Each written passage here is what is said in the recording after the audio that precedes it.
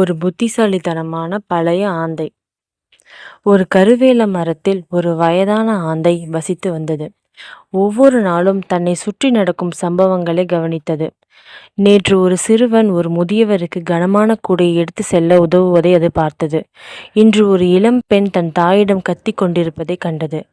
அது அதிகமாக பார்த்தது, குறைவாக பேசியது. நாட்கள் செல்ல செல்ல அது குறைவாக பேசியது, ஆனால் அதிகமாக கேட்டது. வயதான ஆந்தை மக்கள் பேசுவதையும் கதைப்பதையும் கேட்டது. யானை வேலிக்கு மேல் குதித்தது என்று ஒரு பெண் சொல்வதை அது கேட்டது. தான் ஒருபோதும் தவறு செய்யவில்லை என்று ஒருவன் கூறுவதை அது கேட்டது.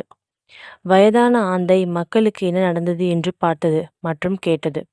சிலர் சிறந்தவர்களாகவும் சிலர் மோசமாகவும் இருந்தனர்.